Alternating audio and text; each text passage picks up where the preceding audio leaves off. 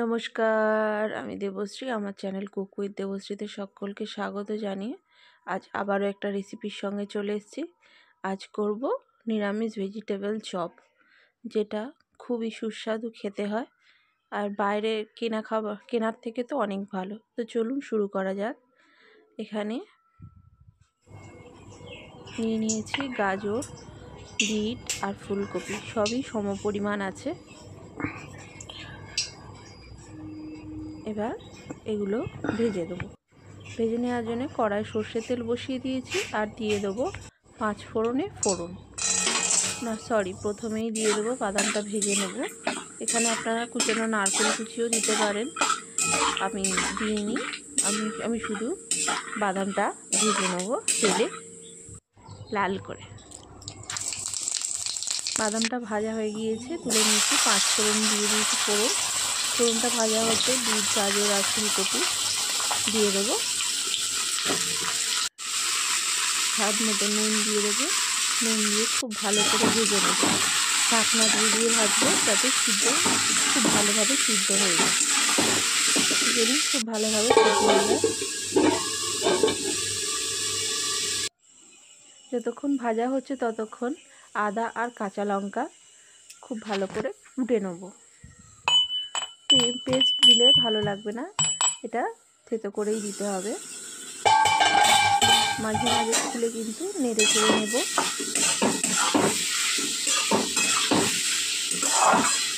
আর গ্যাসটা কিন্তু আমি একদম লেটে করেই করছি, যাতে ভাজতে ভাজতে পুরোটা ভালোভাবে সিদ্ধ হয়ে যায়।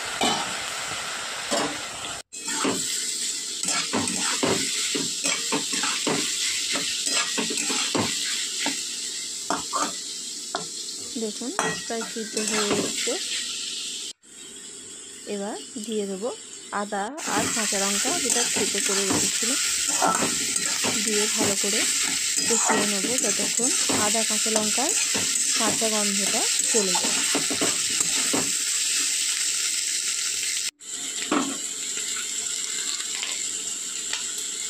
এবার একটা পটেটো ম্যাশার দিয়ে খুব ভালো করে ম্যাশ করে নেব। এরকম পটেটো ম্যাশার না থাকলে বাটি বা গ্লাস দিয়েও আপনারা এটা ম্যাশ করে নিতে পারেন।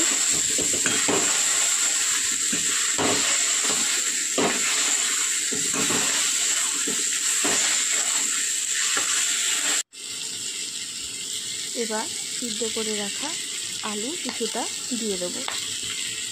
এখানে আমি 2টো মিডিয়াম সাইজের আলু সিদ্ধ করা যেটা দিয়ে দিলাম। সেটা এভাবে খুব ভালো করে আবারও মিশিয়ে নেব পটেটো ম্যাশার দিয়ে।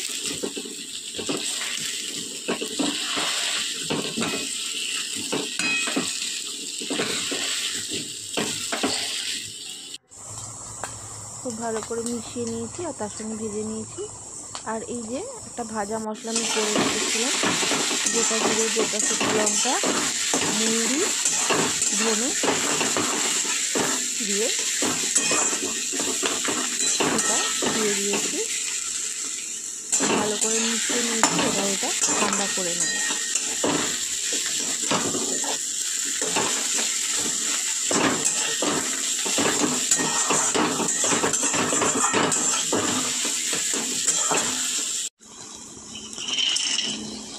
ভেজে রাখা বাদামটাও কিন্তু দিয়ে দিতে হবে।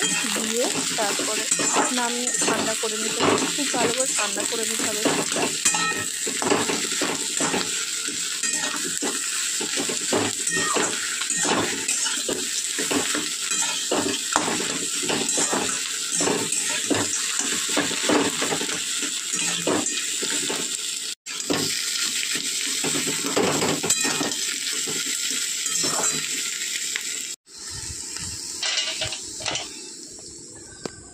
এবার এটা খুব ভালো করে ছড়িয়ে দিয়ে ঠান্ডা করে নেব। সম্পূর্ণ ঠান্ডা হয়ে গেলে আর আসছে।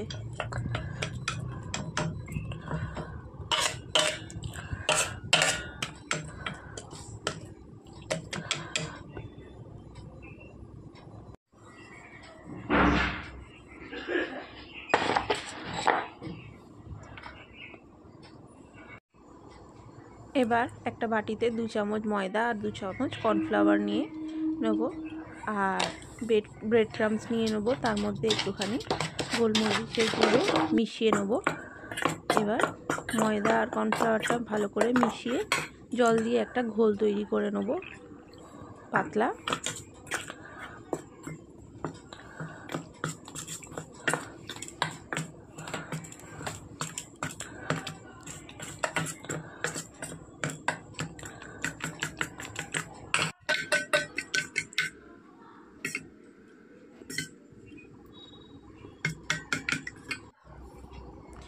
এবার চপগুলোকে গড়ে নেবো যেভাবে ইচ্ছা আপনারা।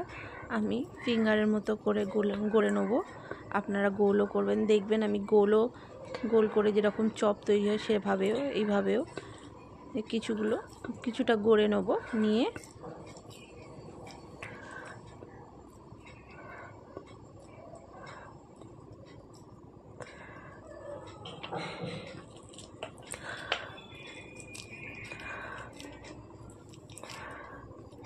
এই যে গড়ে নিয়েছি আমি। এবার এটা ব্রেড ক্রাম্বসে কোট করে নেব।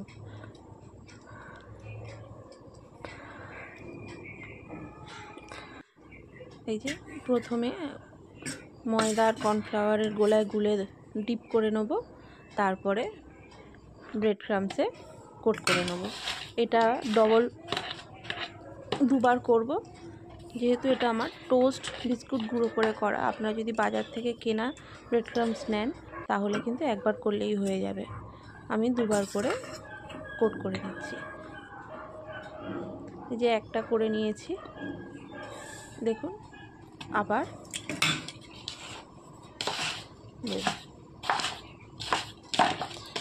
আবারও সেম একইভাবে করে নেবো। এই যে হয়ে গেল। ব্রেড ক্রাম্বসে কোট করার পর কিন্তু দেখতে সুন্দরও হয়ে যাবে। এবার আরও একটা করে দেখিয়ে দিচ্ছি। প্রথমে কর্নফ্লাওয়ার আর ময়দার গোলাতে ডিপ করে নেব, নিয়ে ভালো করে ছেঁকে ব্রেড ক্রাম্বসে কোট করে নেব। আবারও সেম একই প্রসেসে। তো চলুন এইভাবে সবগুলো গড়ে নিই।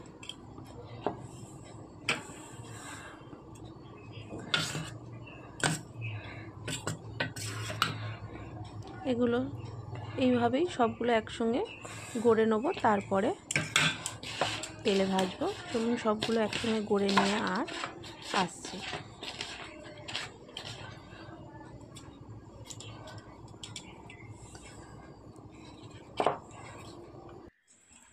সবগুলো আমি গড়ে নিয়েছি। দেখুন দুটো কিন্তু আমি চ্যাপটা চ্যাপটা যেরকম চপ হয় সেভাবেও করেছি। এবার এটা তেলে ফ্রাই করে নেবো। ফ্রাই করে নিলেই তৈরি হয়ে যাবে আমার নিরামিষ ভেজিটেবিল চপ। তো চলুন ফ্রাই করে নিই। কড়াইয়ের মধ্যে তেল গরম করতে বসিয়ে দিয়েছি আমি। হ্যাঁ চলুন তেলটা গরম হয়ে যাক।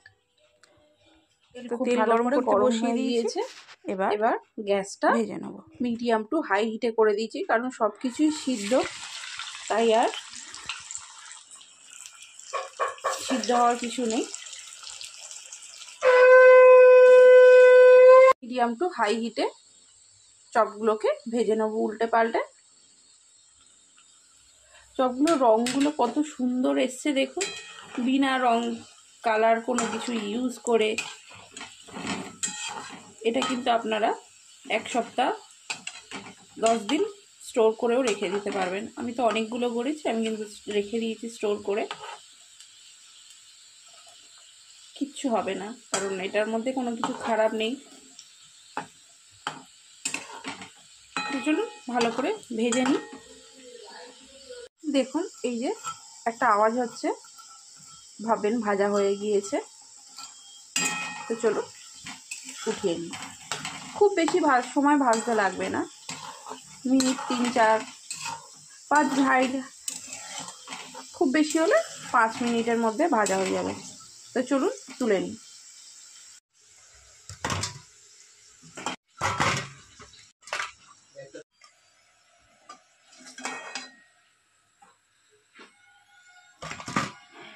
তো তৈরি হয়ে গিয়েছে আমার নিরামিষ ভেজিটেবিল চপ। দেখুন কত সুন্দর, ভেতরটা আমি একটা ভেঙে দেখিয়ে দিয়েছি, কত সুন্দর লাগছে দেখুন। আর দোকানের থেকে তো অনেক ভালো আমার মনে হয়।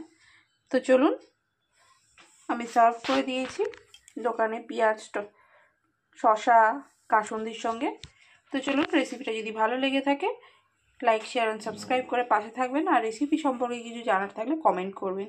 আর নতুন কোনো রেসিপি যদি চাই তাহলেও কিন্তু আমায় কমেন্ট করে বলবেন, আমি চেষ্টা করব সেটা আপনাদের সঙ্গে শেয়ার করা। তো চলুন, আজকের মতো টাটা, দেখা হবে অন্য কোনো দিন অন্য কোনো রেসিপির সঙ্গে।